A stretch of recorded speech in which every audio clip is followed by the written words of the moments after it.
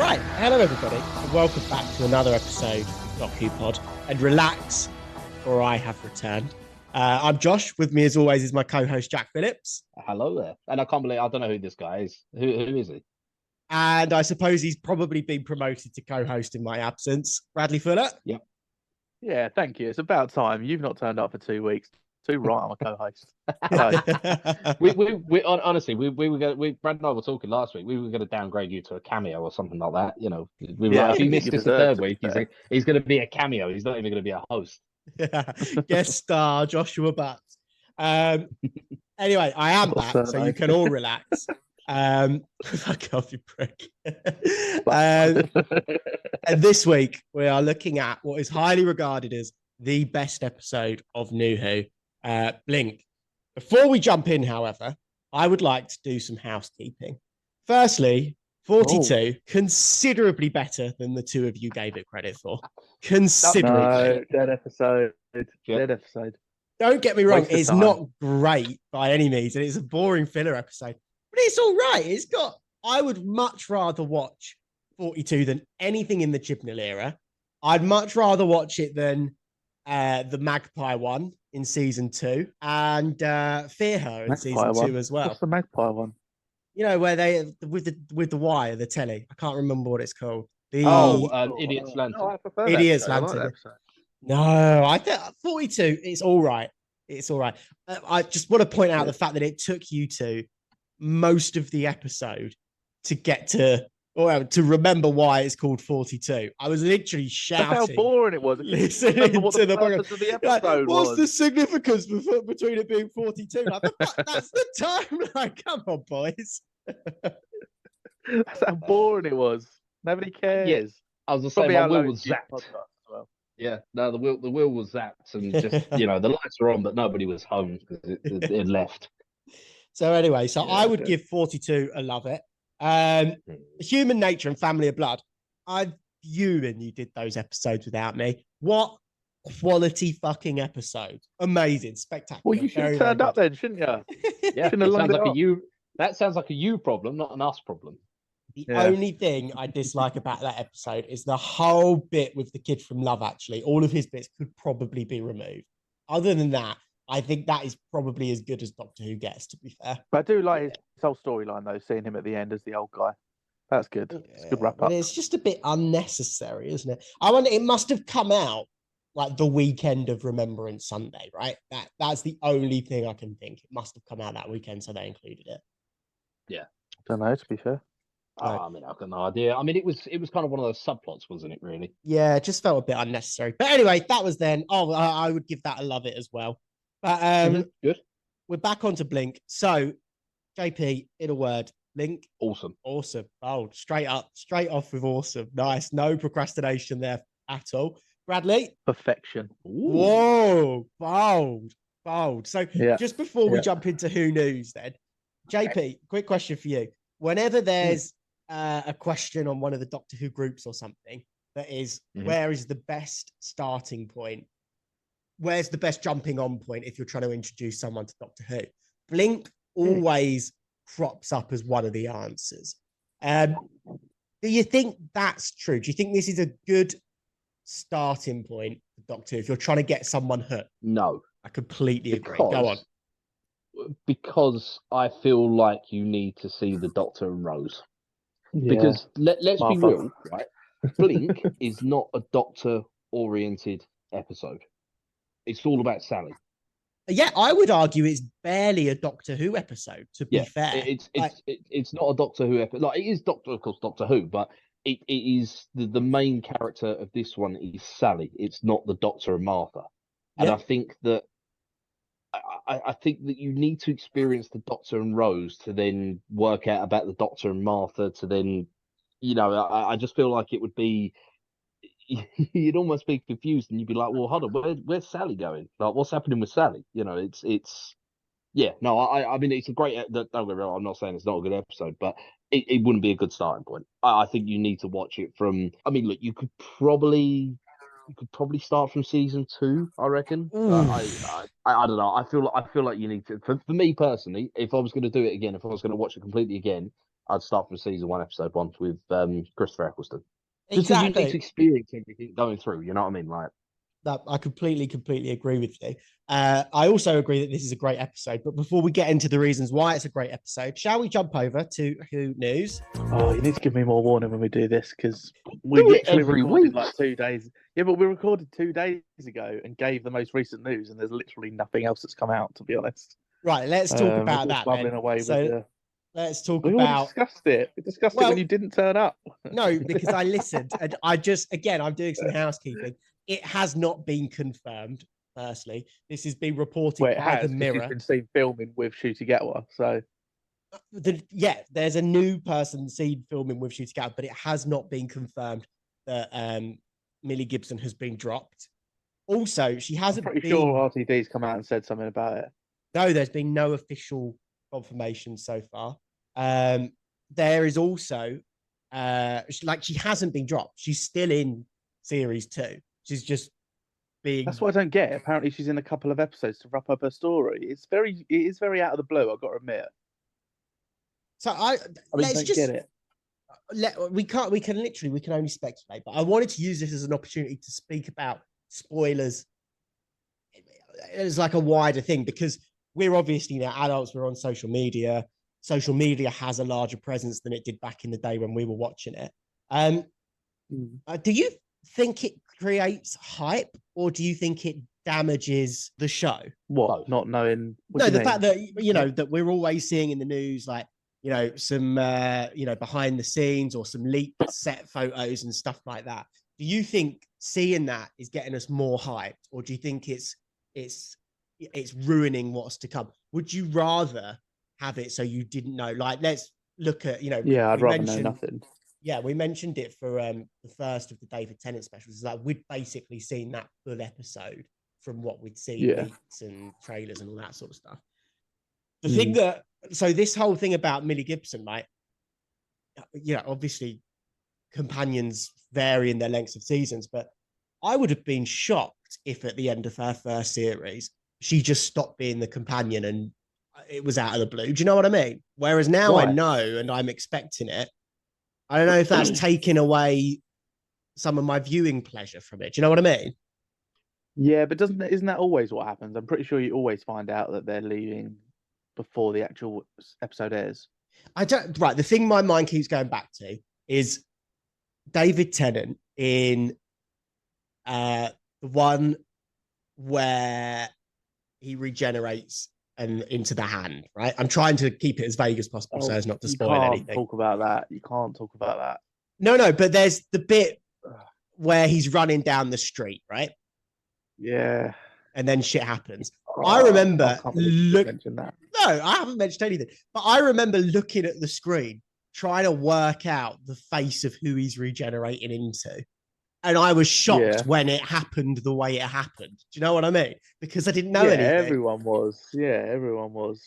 But that wouldn't happen nowadays. Do you know what I mean? Yeah, because you'll know now, because you know that there's a new Doctor because of social media, like you say. So that's why it was better back in the day, because maybe it's just because we were kids as well and we didn't see anything, but it could have been in the news maybe that they had left, but I don't know. Yeah, because there's the clip, isn't there, of David Tennant at the award ceremony saying like, this is it, this is my last, when he does the specials. But then I think this was before the specials. I really can't remember. I can't remember what I knew. No, exactly. But at the same time, it's also free marketing for BBC. Do you know? Because I think certainly leading up to the specials, I was getting hyped the more leaked photos and stuff I was seeing. Do you know? So it sort of counterbalances itself, right? I was going to say, you got that spot on there. The best people to look at are Marvel. Yeah. Because Marvel do this brilliant thing where stuff is accidentally leaked, right? So someone's got on their server and something, like that, right? Now, let's be real. There's always been a question. Do you remember when the Spider-Man, is it No Way Home? The one with Tobey Maguire and Andrew Garfield? Yeah. Now, I'm convinced, because there was that thing where they edited the scene. Oh, yeah, the trailer. Yeah. The trailer. Like in Mexico, they didn't edit it out properly or something. You just had Tom Holland swinging in, and actually in the scene, it was all three of the Spider-Men. but on a Yeah, you saw the lizard I get think punched. Yes, exactly, it was by a like the ghost. Brazilian Yeah, version or the Portuguese version or something like something obscure, which then mate, the more people are talking about it, you've got YouTubers talking about it, you've got yeah, reviewers like exactly. us Yeah, talking about it. It's on Facebook, it's on 9gag, Reddit, Instagram, the whole lot, right? Because they suddenly the public then think they're like, yo, we got one up on Marvel. This is it, like yeah. this is it, and you just get that kind of speculation. Now, I'm 100% sure that Marvel did that on purpose to leave that in, and they went, right, let's go for something obscure, like the Brazilian. I think it was the Brazilian or Portuguese version, or Something like something that. like Yeah, that. yeah. Something like that makes it look like an accident, but really we do that because it just generates hype. And then, Because of course, suddenly everyone everyone's wants to be there on day one to see if it was true or not as well. And then you exactly, get the and huge that's box office. that's the thing. I know that I mean I can't really I mean like, I'm watching kind of these episodes up fucking years in advance, but the thing with the Doctor Who stuff is, let's be real, right? If you know there's going to be a regeneration coming, and you may have watched Doctor Who when you was kind of a teenager or something like that, you've fallen out of love with it, you're not interested, and then suddenly you see on Twitter that there's going to be a new Doctor, and you see like kind of things about like for example the companion that's now changed, right?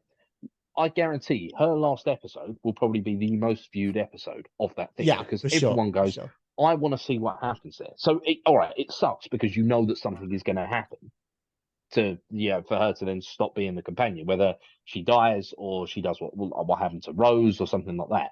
But people will tune in and they will watch that because they want to know what happens. So it sucks that you lose the surprise, but what you lose in surprise, you gain in more viewers. But it would be interesting to see what that is offset against how many people will then not watch the series because they know the ending and they'll just tune in for the last episode. I bet it's quite a fine line to tread. True. Yeah, no, 100%. And there was it's the same with YouTube as well. I mean, growing up, I watched a lot of YouTubes and everything, and there was a couple on YouTube that lived in America. They were called PvP. It was prank versus prank. And they just used to like play pranks on each other, and they were together, and then they broke up. Like they were together for like fucking like 10, 15 years or something like that, and they broke up. And I think to this day it's still their most watched video of them breaking up, because people that like hadn't watched them for like 5, 6 years, they're going through YouTube and then suddenly they see we're breaking up and they're like, shit, I want to know what happened. So I fucking hate those sort of YouTube videos. Like we're breaking up, or I'm never returning to YouTube, or shit like fuck. Yeah, but this is the thing, because now people do like I can't remember what it's called, clickbait. That's it. They do clickbait. But what happens next will shock you, that kind of thing. And that's how, I swear down. That's scammers get the elderly, because you go through and you see these adverts like on the side, like when you Microsoft Edge is the worst for it because I use it for work, and you'll see these adverts and it's like it'll be something like 10 most embarrassing photos or what happens next will shock you, and you just like the elderly's like, oh, I want to know that, like and then they lose all their money. But no, it's just unfortunately that is how we are wired as humans now. It's a curiosity. We're sick in that thing that you want to know what you want to know the drama. Yeah, no, I agree. But I just thought that would be just interesting to touch upon, but nothing confirmed. The only other bit of Who news I have is old Peter Capaldi is releasing his second album. He's just in the mixing stages at the minute. That guy said to me, he's worst Doctor ever. Don't really care. Did you actually hear? Actually, that is a bit of Who news. Did you hear what he said about Doctor Who? He's turned around and said that he'll never return to Doctor Who because he likes the idea of he's still out there. Yeah. Still out there just doing stuff. He'll come back eventually for sure. He will 100% come back eventually. Fuck off. Capaldi ever again. Get in. Until we do the whole watch through of his series. Great. Oh yeah. So I mean, this has always been a debate for ever since I've known you two, really. That I always know that Josh prefers Peter Capaldi, and I know that you prefer David Tennant, and there's always been an argument. So I'm really keen to be the kind of the adjudicator and see which one I prefer. I have been Matt Smith.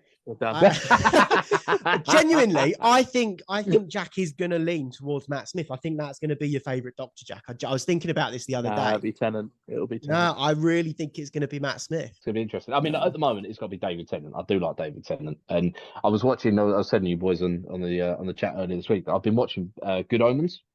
I'm a couple of years behind that. But again, he's just such a class actor, isn't he? He really is. Everything he's in is brilliant. There's not a single bad thing he's been in. Nope. Trinians 2, that was brilliant. We're not talking Those about this BBC again. dramas where he's the weird guy that he's class. That Netflix show, unreal. Netflix show was good, to be fair. Actually, that's there's our leeway there, Bradley Fuller. The Netflix show, he was very good in it, written by Stephen Moffat. Let's talk about another David Tennant, Stephen Moffat collaboration. Blink. Here we are, guys, at last. Hey. Probably the most anticipated episode of Doctor Who in this podcast. Wibbly wobbly, timey-wimey finally gets confirmed. Let's run through this beat by beat very quickly. Cold open, she's peeling back the wallpaper. Sally Sparrow, blah, blah, blah, look behind you, blah, blah, blah, duck, blah, blah, blah. Pretty fucking solid. It's setting up the episode, right? Yeah, 100%. I mean, straight away, I can't believe I watched this for the first time. You know what I mean? It was just like all throughout the episode, I'm guessing. At no point until the end did I work out what, everything went into place at the end. Yeah. And it just the opening, Sally, it's her name on the wall. And then duck. Why is it saying duck? And why is it saying no, really duck? It's just so weird. And then the Doctor, 1969. You're like, how does he know that? Why was he there in 1969? It's so the only question that I don't think was answered through the episode was who threw the thing to make a duck? Well, presumably it must have been an angel, yeah. But why? this is brilliant Moffat-y nonsense. The whole cold open doesn't make sense. The Doctor is never explained at any point that she's there at that time. It's not in the transcript. It's not on anything. How does he know she's going to peel back the wallpaper at that exact time, at that exact second? None of that cold open. It's brilliant Moffat-y, timey-wimey. It sets the mood perfectly. But as soon as you start to think about it, that cold open does not work. Yeah, because you say it was the angels, but the angels don't actually have a reason to throw something at her, because let's be real, she wasn't looking at any of the angels, so they could have just gone behind her and just tapped her and sent her back into the past. I think they also can't throw stuff. I don't know who it is. Maybe it's the Doctor. Probably an argument to be made that it's an angel, because they're not trying to send Sally back in time. They're trying to get Sally to take the key to open the TARDIS, right? So maybe they're just trying to get her attention. Maybe potentially they even threw the key. We don't actually know really what it is that they threw.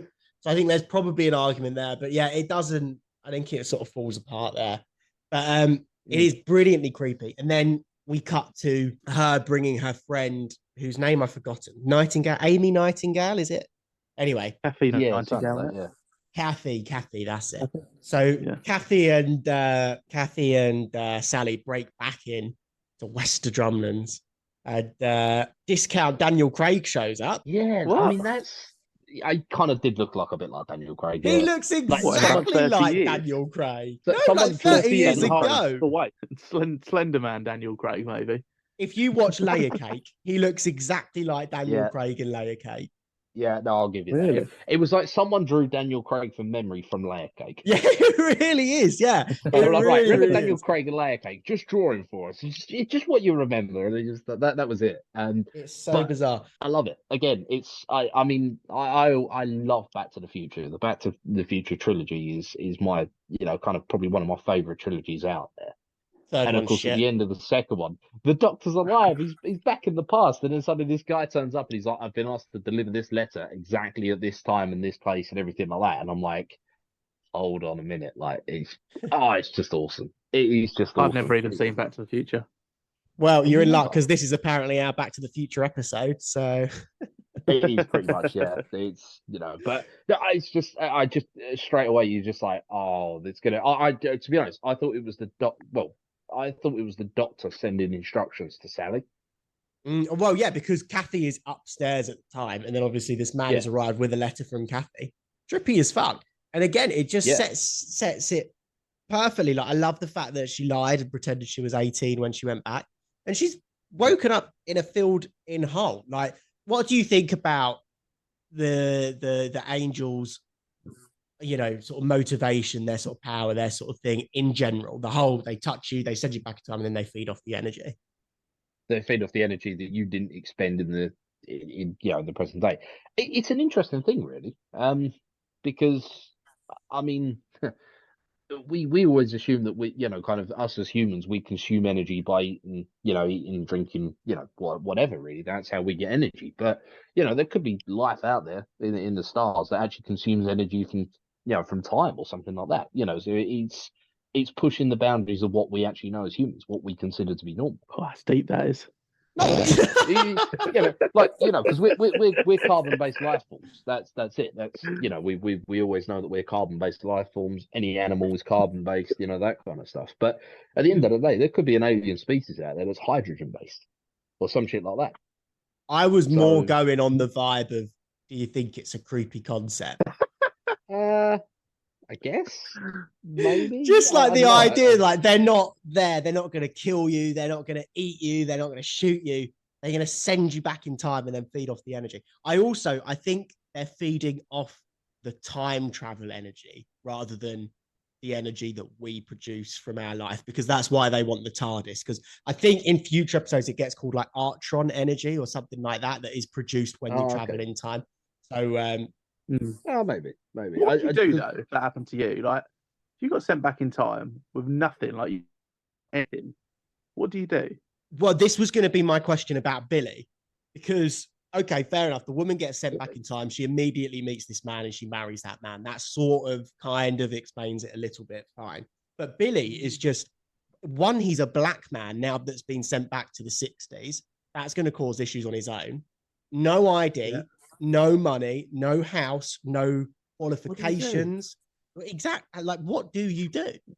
Yeah, but do you go and see your family? Do you go to family? There's got to be something paradoxical about that, surely.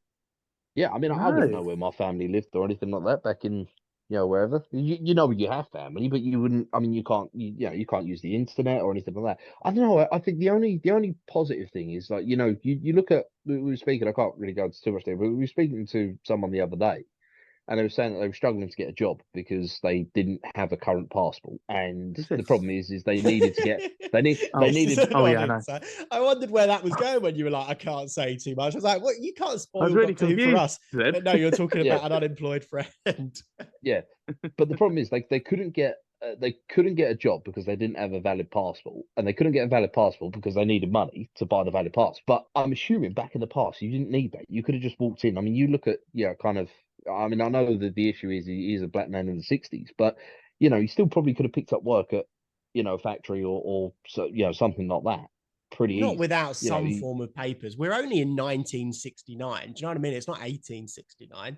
Yeah, but I don't know. I still feel that I mean, I'm trying to think of my granddad. I mean, my granddad would have been what, 20 something. You kind of things were a bit different. But I don't know. I mean, I think if you'd have been like, say, if you was in like kind of the 2100s or something like that, and you've been sent back to this, like here, in theory, this was your past, you'd be screwed. Oh yeah, for sure. It's classic Moffat in the sense that when you think about it, it sort of breaks down a little bit, right? Like, how would Billy have started a life for himself? Have you boys ever watched, like, it was like a Red Nose Day? It's on YouTube. It's like a Red Nose Day special from the 90s of Doctor Who. Have either of you seen this? No, I haven't. So it has Mr. Bean, Hugh Grant, Joanna Lumley, all as the Doctor. It's like a funny little Red Nose Day skin. It's fucking hilarious. But one of the jokes in it is the companion turns to the Doctor, whether it's Mr. Bean or Hugh Grant, and goes, "How did you do that?" And the Doctor just looks back and goes, "I'll explain later." And it's sort of like supposed to be like a commentary on how the Doctor never really explains his plan away. And it, like I said, it was released in the 90s, but it was written by Stephen Moffat. And it's like he's fallen into his own traps of actually don't think too hard about it, because then it all sort of starts to fall apart. But I mean, we jumped ahead with the Billy thing there. What do we think of the Easter egg plot to this? Right? Oh, I love that. I love that. That is just, again, you're trying to work out, because with the idiot's lantern, that was the thing that took me back straight away. I was like, oh, I wonder if it's like the idiot's lantern where they're like in theory trapped inside the TV, and that's never really clarified up until the end, where they're in the house and they're he's writing down what Sally says and everything, and then it Yeah. just clicks that the Doctor isn't live; it's a recording. Yeah, because there's a couple of times throughout where he seems to be reacting to her. Yeah. Which is never explained, but he's also fine. Well, no, but my 'cause it's the same question, recording, isn't it? Yeah. yeah, I suppose, yeah. My question then for you, Brad, what would the modern day equivalent be? What do you mean? Like if it happened now, there's no blockbusters, no one uses DVDs anymore. Would the It'd have to Doctor be like be? Netflix, wouldn't it? But there's no like bonus features on Netflix. Do you know what I mean? Would we be relying on like a new Rockstars or a What Culture or something to break down the Doctor appears in the MCU, stuff like that? Do you know, like he'd have to, like, what would today's equivalent be? Oh, imagine that was it. Like, they've done it in like post-credit scenes of Marvel films. But that it probably would be something like that.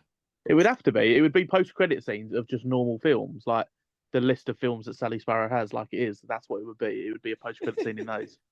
That would be pretty bad, to be fair. On Netflix.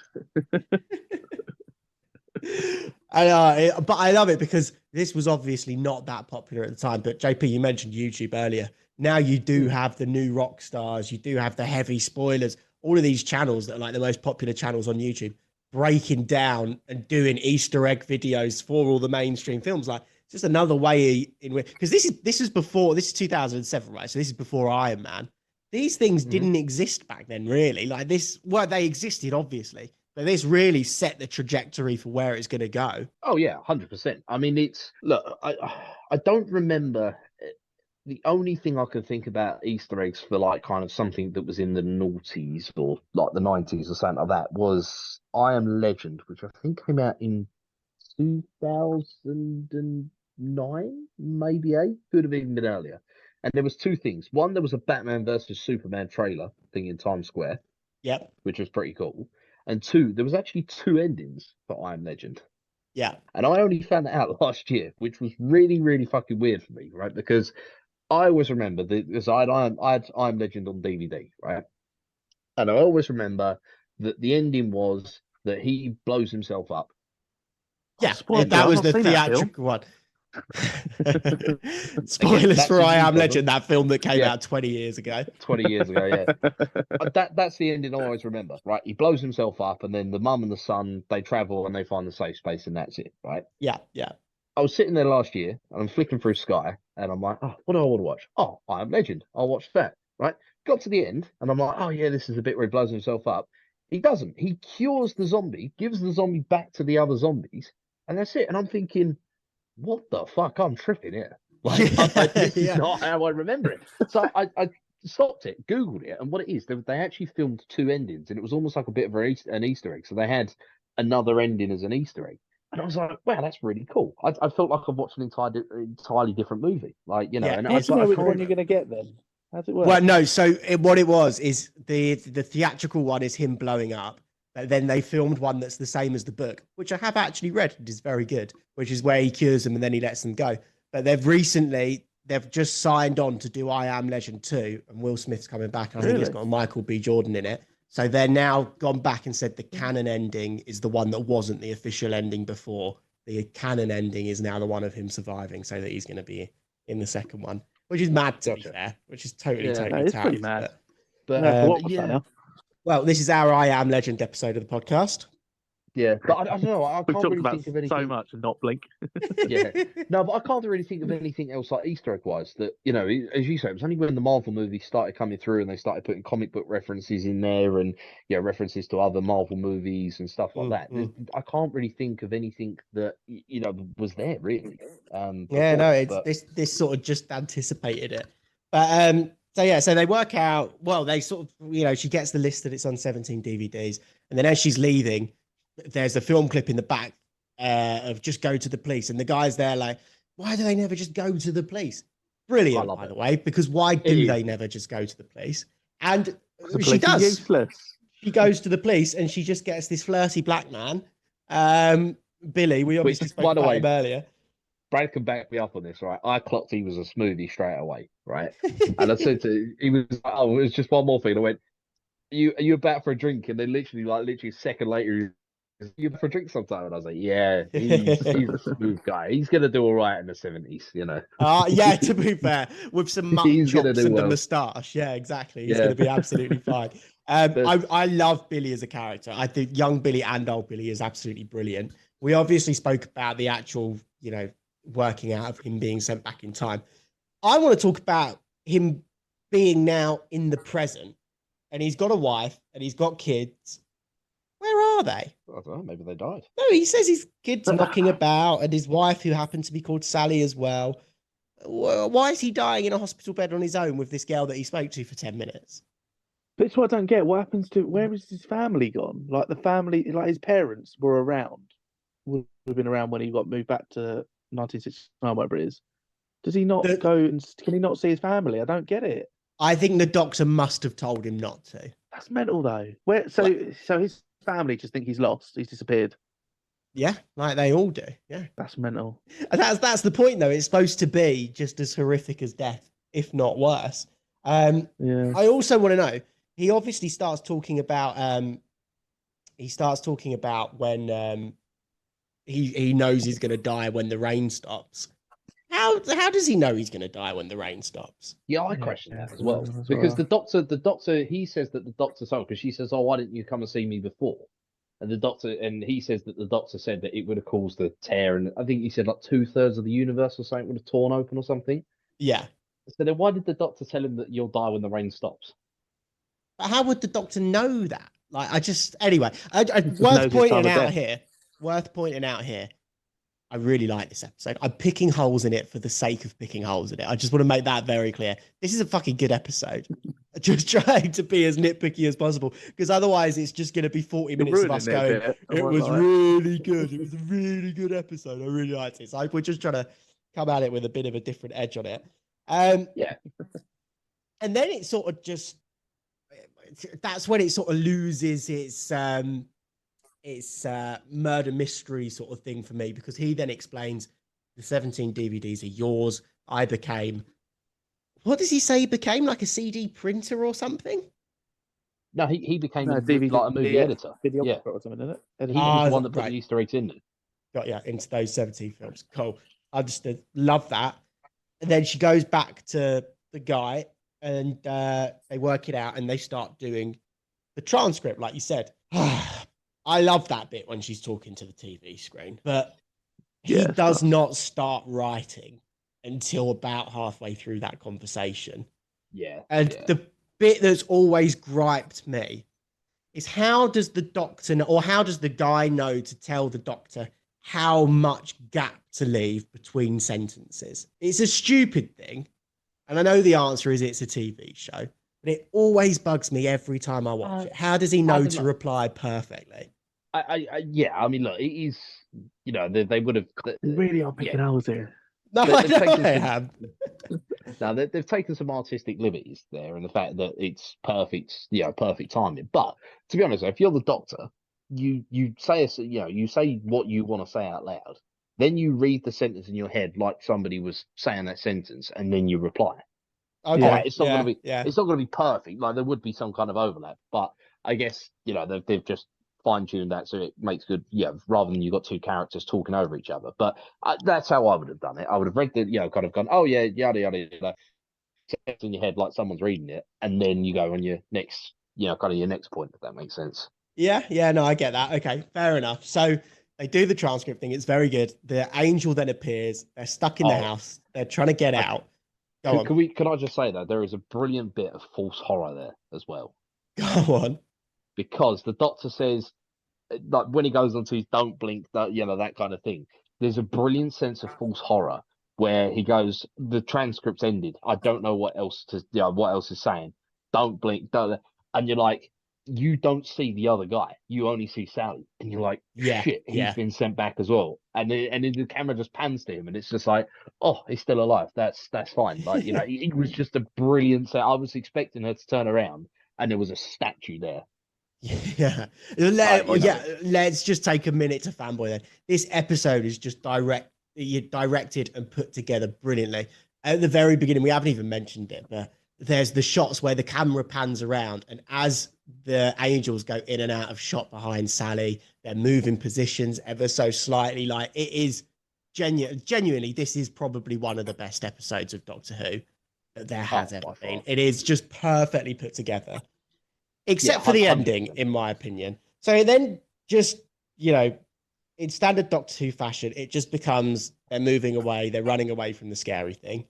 Firstly, the Doctor's instructions, as you mentioned, is don't blink. The episode is called Blink. The whole marketing is on don't blink. The angels are not that fast. There is multiple times in this episode where the angels blink, the people blink, and the angels do not zap them back in time. Yeah, because you would have thought, like, I mean, blinking is an involuntary response of the body, isn't it? I mean, you can stop blinking, but at some point, your body naturally blinks. That's it. But the thing that really irks me is the bit where Sally goes down into the basement, and she goes down in the basement to try and find the TARDIS. Which, again, by the way, that's the second episode in a row some fuckers picked up the TARDIS. Yeah. We'll get to that bit in a minute. We'll mention that in a sec. But she goes down into the basement, and then he turns around, and then he turns back, and it's right in his face. Surely you'd go, right, I'm just going to take a few steps back before I then talk to Sally again. Just to give yourself a bit of space, you know what I mean? He does start to do that, though. Give him credit. Yeah, eventually, but not before it's got right in his chops. And, you know, that's, I don't know. I felt like that probably would have been a better thing to do. But, no, you're right, because he then turns around and runs down the stairs. And Sally doesn't get sees the other zapped three. Yeah. And then she goes, oh, and there's your one as well. Like, it took that a long time to get from there to there, but I don't know. I get it. It's tension because it's a TV show. I do get it, but when they're trying to get the key into the TARDIS, they're both looking at putting the key in the TARDIS, and the angels don't do anything, and it's just a bit like, come on, you should just have one of them looking. Do you know what I mean? Yeah. I mean, look, it's, you know, you then have that bit where just suddenly they just turn off the light, and just, that is beautiful. It is pretty creepy. The light is flickering, and just in between the things, you just got all the different, like, you know, shapes. And I love it. I think it's absolutely brilliant. It's just, it's creepy. It's horrible. It's perfect. I loved it. I was just sitting there at the TV, like looking at the TV going, oh my God, this is perfect. Go on, let's talk about the TARDIS being moved then. So they say the TARDIS was picked up in West of Drumlands. Firstly, what were the Doctor and Martha doing in this creepy house? Well, that's it, because I'm assuming that, again, this is probably where you go back to the Stephen Moffat kind of, you just skip over the plot holes, because there doesn't seem to be a direction. You just get sent back in time. There's no like specific length or anything like that. So Kathy got sent back to 1920. The Doctor and Martha got sent back to 1969. Conveniently, so did Billy. I mean, how the Doctor and Martha ended up in the same year is pretty. I think that's pretty lucky. I think maybe it depends on which angel taps you. Yeah, I think certain angels send you back to certain time zones, but I think that's explained in another episode in the future. Yeah. Okay. Oh, that kind of makes sense then, because then it would have been the same one that tapped Billy as well. Okay, yeah, that makes sense. But yeah, no, because then we're working on the thing that this, you know, the TARDIS, which I'm assuming is got to be pretty heavy. So it's like, let's be real, it was actually technically moved by humans first, because he said, like, he goes down into the basement, doesn't he? And he says, oh, these are all the vehicles that were just abandoned there. And the TARDIS is in the corner. And it's like, well, hold on a minute. That means a police tow truck had to go and pick up the TARDIS. Yeah, but you can use cranes to do it. But so I've been thinking about this since last week because of this human nature thing, and they're moving the TARDIS. There are episodes where the Doctor says that the weight of the TARDIS is the same as a neutron star because it compacts all of its weight into one bit and it's so heavy.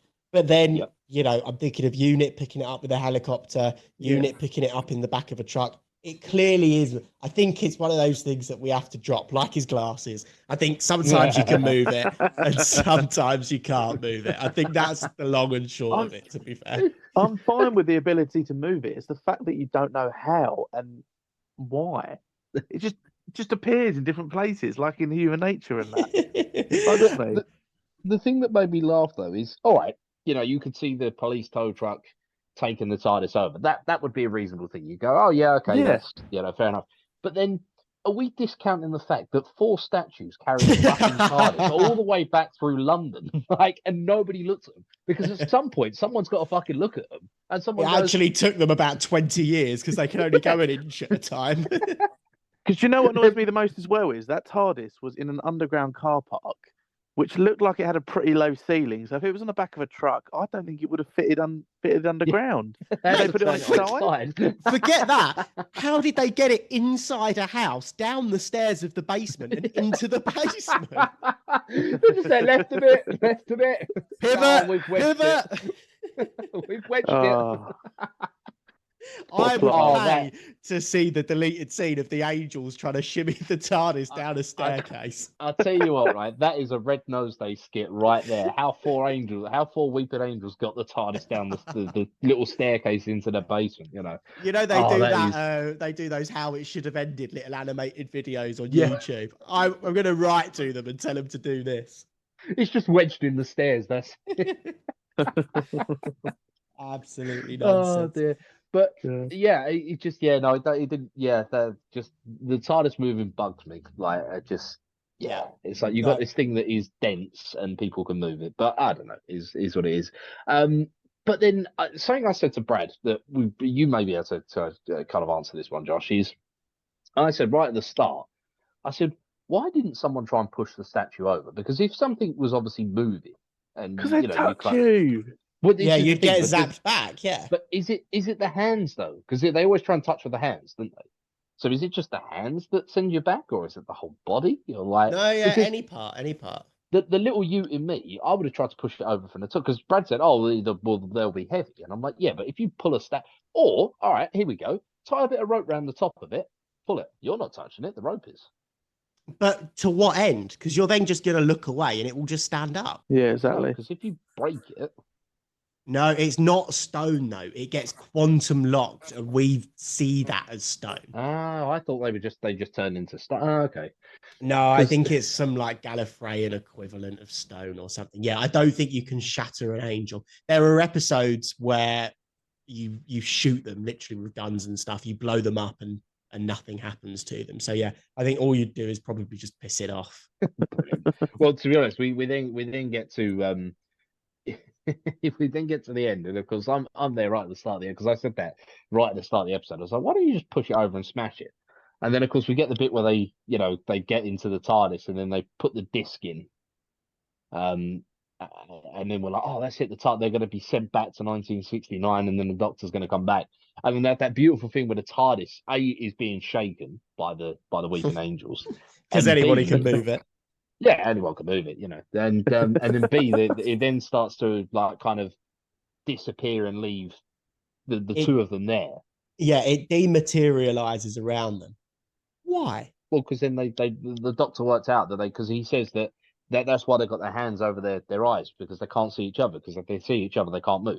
No, I get that, but why not take Sally and Larry with you? Yeah, I don't get that. That's a dick move on the Doctor's part, surely. No, at the end of the day... What if something went wrong, though, and it went to the wrong place, and then they don't know how to fly it? Yeah, exactly. There's no point in adding that unnecessary risk. The Doctor knows that it will evaporate. Not evaporate, dematerialise. Evaporate, yeah. The Doctor knows it will dematerialise, and they'll all look at each other. So there's no point, right? As Brad said, what if they went back to the wrong thing, or they pressed the wrong lever or something? You're removing that risk of it going sideways. I don't know.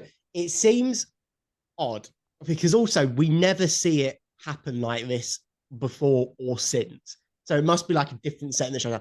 The only reason is because you can't have the Doctor and Sally meet then. They have to meet when they run into each other on the street later, but it doesn't make any sense. Like, he's leaving them in danger with the angels. No, but he's not, though, because they look at each other, and he knows that they'll look at each other. But if he knows that they'll meet, because of the whole transcript thing. Oh, you're right. He's already had. Yeah, fair enough. That's the explanation. Thank you. There you go. Yeah. That makes more sense now. But we get hologram Doctor, which we haven't had for a while. I just want to touch on that. Was the last? Is this David Tennant's first hologram? Well, technically Rose, but no, that wasn't a hologram though, was it? It was more No, that was a projection, like the first security protocol hologram. Obviously, we get it when Chris Yeah, Eccleston sends Rose off. Yeah. Something we see every Doctor do. I saw a little thing on Facebook the other day of. Really? Yeah, yeah. I can't think of Matt Smith's one, and I can't really think of Jodie ever had one in the TARDIS. But yeah, so day is saved. And then Sally and Nightingale set up their what is it? Sparrow and Nightingale. Sparrow and Nightingale. That's it. Sorry, just quickly though, just before we go on to the conclusion, Yes. of course, you know what I was saying about I thought I'd destroy one of the statues and that would be it. I then realised that I would have been fucked because there would have been 3 statues and all 3 of them wouldn't have been able to look at each other. Yeah, you'd have fucked the grand plan. I'd have fucked myself over by being an absolute ute and trying to destroy one of them. But yeah, that was an interesting one. But yeah, then we get the conclusion. Yeah, did you think it tied things up nicely? Yeah, I like it. I really like it because you get that kind of. The only thing I don't understand though is Sally is very off with. I can't remember the guy's name. What's Larry? Is it Larry? The guy, the Scooby-Doo look, the shaggy looking guy. Yeah. Yeah, She's Larry. like very off with him. She's like, yeah, we just work together. There's nothing there or anything like that. And it's obvious that he wants something to be there. And then the Doctor comes, and then the Doctor goes, and then she's just like, right now we're something. It's like, Yeah, that was a big switch. To be fair, I suppose it's probably some metaphorical nonsense for she's so consumed with that one thing that she has no space to love anybody else. I don't know. I love it. It's a happy ending. I would love to know what she's doing now.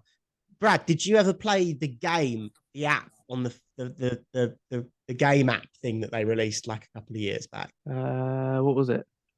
You're like an investigative reporter, and it's like a text thing. You have to go and investigate West of Drumlands, and they couldn't get the actress for Sally Sparrow back because she's too big now, but they did manage to get Larry back, bless him. Really? I didn't know that. Yeah, it's an app. You can download it. I'm sure we played it. I'm sure we spoke about it. I told you about, but we just never did.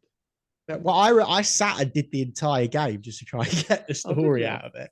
Yeah, it was all right. It was a mobile game. It was about as good as it could be.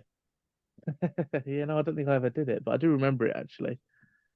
Yeah, it was all right. So that pretty much wraps up the episode. Anybody else have anything to add specifically about this before we move on? No, not really. I just think it was a bloody good episode. Yeah, best episode so far. Yeah, it was as he says, timey-wimey. It was creepy. It was everything really. Everything you'd want Doctor Who to be. Yeah. Did I hear you say best episode so far, Brad? Yeah, closely linked to the last 2 episodes, to be fair. They were also 2 of my favourite episodes, I'd say. Yeah, see, I've got to say, I don't know. I'm in a toss-up between... I can't name better episodes so far. That one and Satan Pit, because I really like Satan Pit. Nah, I like that, but not as good. See, I think doing this rewatch, Satan Pit is still top for me. I would just like to make something very, very clear to all of our listeners. Who's your favourite Doctor, Brad? Helen. And your favourite episode of your favourite Doctor is the one where he's in it for all of about 3 seconds. Interesting, that. That's just something to think about. That's just something to think about, I reckon. No, I also said that the last episodes were probably the best episodes we've watched so far. This is the best storyline we've had so far. The best story. No, that is not what you said. So just to clarify, that's what I meant. Your favourite episode of your favourite Doctor is the one where he's barely in it. Interesting. Noted. So I think we've pretty much answered it. But before we do the next time trailer, love it or hate it. JP? Love it. Easy. Yeah. Brad? Yeah, love it. Nice and easy.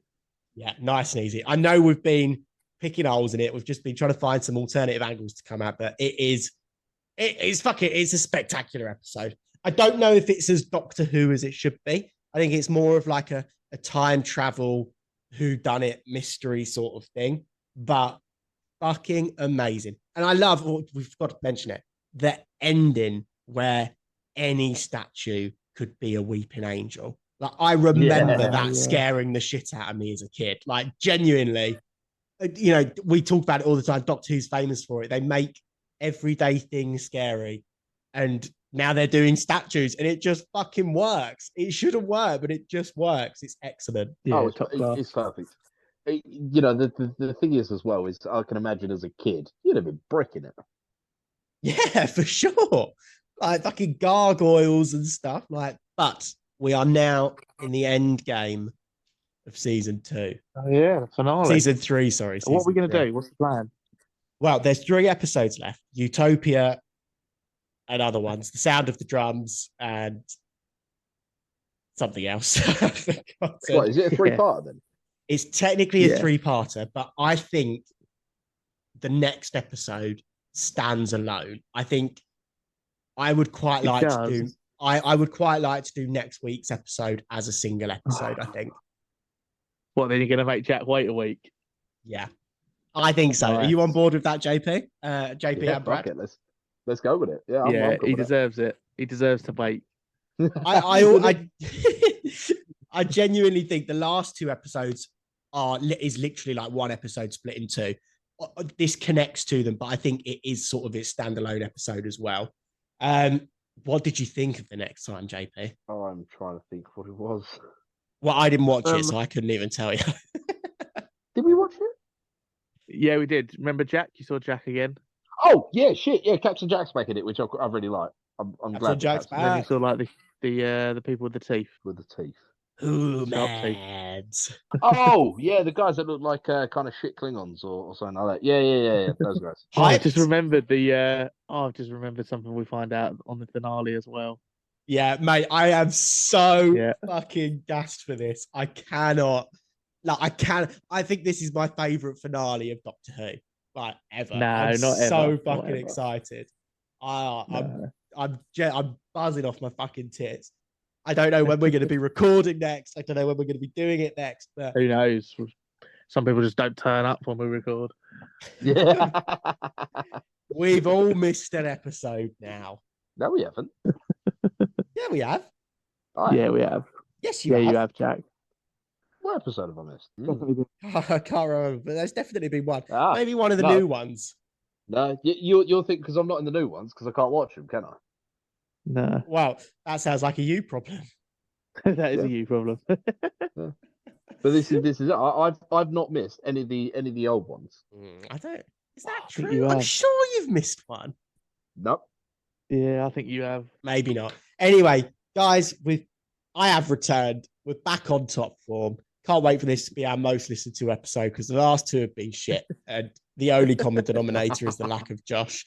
We've been quiet. Well, certainly I've been quiet on the Instagram at the minute. I'm going to pick that back up. But we are still getting engagement and followers, and the YouTube's still popping. And we've got a new thumbnail, and we love you guys. And we're back. We're ready for the finale. So, guys, thank you for everything. JP, Bradley, I don't know if you want to sign off. Yeah, no, thanks as always, guys. Thank you. Yeah, we will catch you next week. And they can try and imitate me, but it will never be good as the classic. Adios, amigos. See you later, guys.